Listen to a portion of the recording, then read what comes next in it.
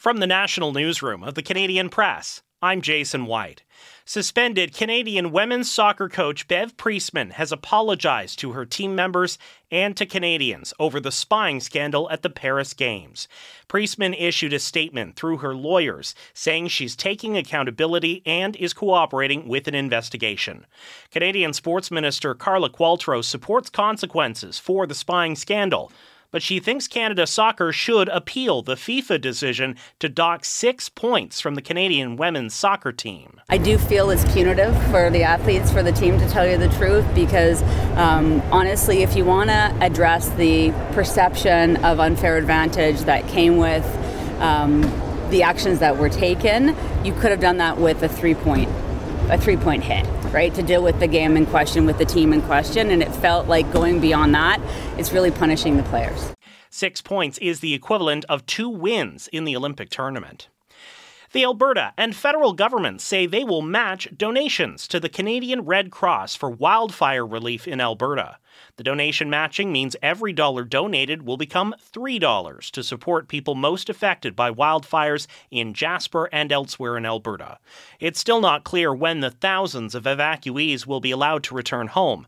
Alberta's premier has said she'd like to see bus tours for residents to see the damage themselves.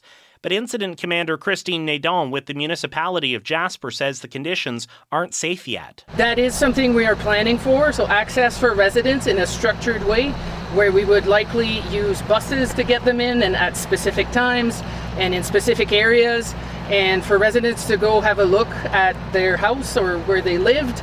And that is a plan that we're working on and we will have available as soon as we can. Premier Danielle Smith says rebuilding plans are taking shape with help from the federal government because the town is part of Jasper National Park.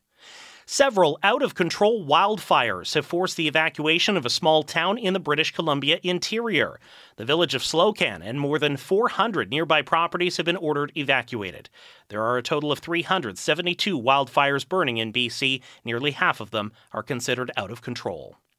A new study shows a more accurate way to detect the world's most common form of dementia. New drugs to treat Alzheimer's require early detection, and that can be difficult in a doctor's office relying only on symptoms or a cognitive exam. Swedish researchers reported a blood test was 91% accurate compared to 61% accuracy in a primary care visit. Blood tests measure biomarkers that cause Alzheimer's. Several companies are seeking FDA approval for their tests. For now, the Alzheimer's Association said doctors should use blood tests only in people with memory problems. Brian Clark, ABC News. This is the Canadian Press. In sports, the Canadian women's soccer team has defeated France 2-1 at the Paris Games. Canada beat New Zealand 2-1 in the Group A opener last Thursday, but has been docked 6 points by FIFA as a result of the drone spying scandal, effectively negating both wins.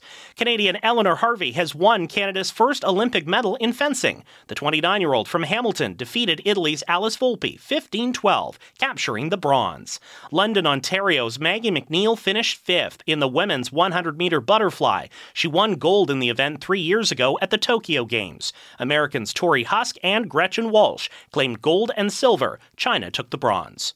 To baseball now. The Toronto Blue Jays swept the Texas Rangers this afternoon at Rogers Centre, winning 7-3. And Week 8 of the CFL season concludes in Edmonton. The Elks host the Hamilton Tiger Cats in a battle of struggling teams. The Elks are in the West basement. Hamilton is last in the East.